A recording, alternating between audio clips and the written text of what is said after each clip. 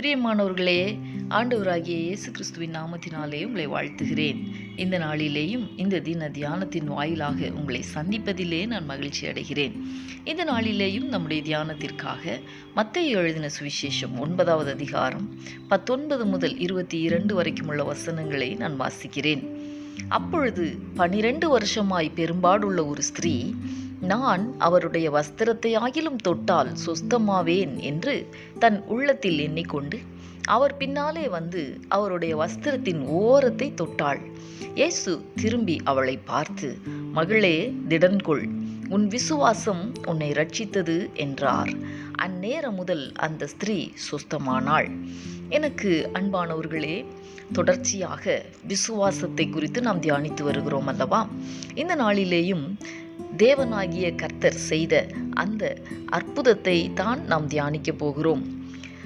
12 வருஷமாய் பெரும்பாடுள்ள ஸ்திரீ அநேக வைத்தியர்களால் மிகவும் வருத்தப்பட்டு தனக்கு உண்டானவைகளையெல்லாம் செலவழித்தும் சற்றாகிலும் குணமடையவில்லை. அதிக வருத்தம் உண்டான போது அவள் இயேசுவை குறித்து கேள்விப்பட்டாள். இயேசுவினிடத்தில் வந்தாள். அவளுடைய விசுவாசத்தை சற்று கவனியுங்கள். அதாவது, அவருடைய வஸ்திரத்தையாகிலும் தொட்டால் நான் சொஸ்தமாவேன் என்பதுதான் அவளுடைய மிகப்பெரிய விசுவாசம். அன்பானவர்களே, இன்றைக்கும் நாம் ஆராதிக்கிற தேவனுடைய வல்லமை குறையவில்லை.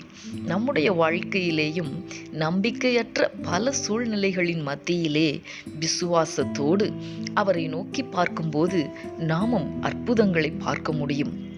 தம்மிடத்திலே தேவன் எதிர்பார்ப்பதெல்லாம் அவர் மேல் வைக்கும் விசுவாசம் மட்டும்தான்.